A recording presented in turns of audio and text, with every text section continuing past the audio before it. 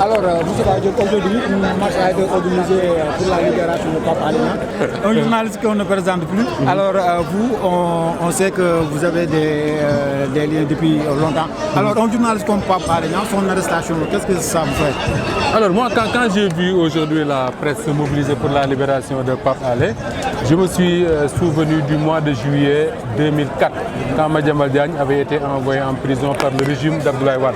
À l'époque, on venait juste de créer la Convention des jeunes reporters et c'était la même mobilisation pour demander sa libération. Et Pape Alé Niang, qui est aujourd'hui en prison, faisait justement partie des piliers de cette Convention des jeunes reporters.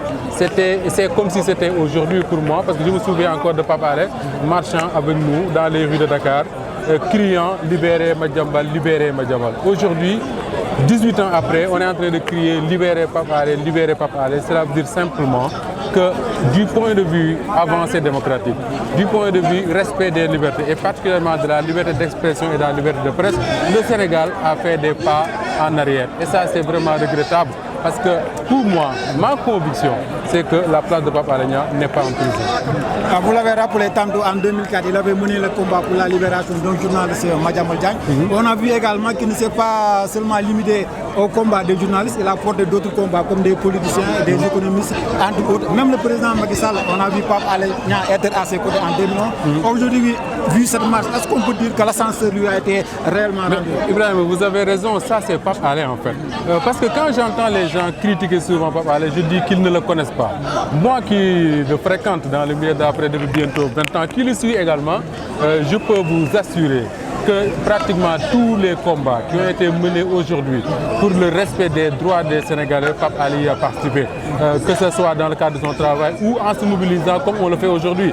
On parlait de Madiambal, mais parlons des politiques.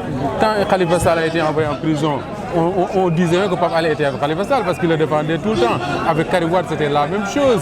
Avec d'autres personnes, peut-être que j'oublie. Aujourd'hui, il mène exactement le même combat, donc Pape Alé n'a pas changé. Celui qui est aujourd'hui à la tête du Sénégal, le président Macky Sall, entre 2008-2009 jusqu'en 2011, quand il a quitté le Parti démocratique sénégalais, il n'avait plus accès aux médias. C'est Pape Alé qui lui a offert le plateau de la 2STV. Et Pape Alé défendait justement le combat de Macky Sall, non pas parce qu'il était avec Macky Sall ou bien il souhaitait qu'il arrive au pouvoir, mais simplement parce qu'il pensait que c'est un Sénégalais qui avait droit, comme tous les deux partis, d'avoir accès aux médias publics et c'est ce qu'il a toujours fait. Et donc aujourd'hui, je me dis quelque part qu'on est en train de lui rendre un peu la monnaie de sa pièce, c'est-à-dire on se mobilise pour faire exactement pour lui ce qu'il avait fait pour les autres. Ceux qui disent que Pape Alé Niang n'est plus un journaliste, il est devenu visiblement un politicien, on peut dire que ces gens se trompent lourdement. Non mais ils racontent du n'importe quoi, soit parce qu'ils sont du côté du pouvoir, ils cherchent des arguments, soit alors ils ne comprennent pas le sens du combat que mène Pape Alé Niang.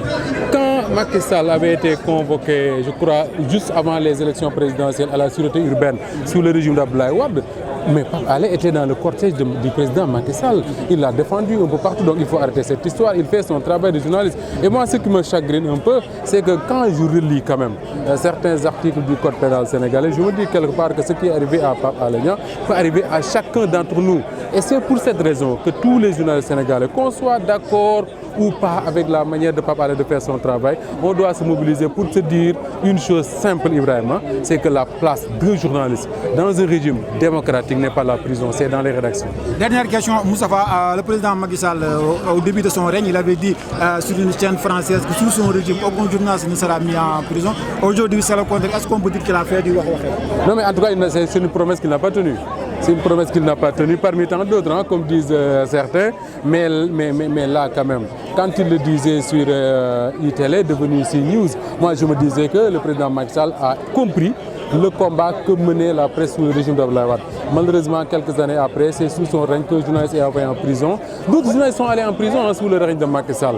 N'oublions pas que Félix Zalé avait été placé sous mandat de dépôt parce qu'il avait simplement écrit qu'il y avait des cas d'Ebola au Sénégal. Aujourd'hui, ça arrive à Pape Alé Niang, c'est vraiment dommage et c'est regrettable. Et moi, j'aurais aimé que le président Macky Sall tienne cette promesse-là.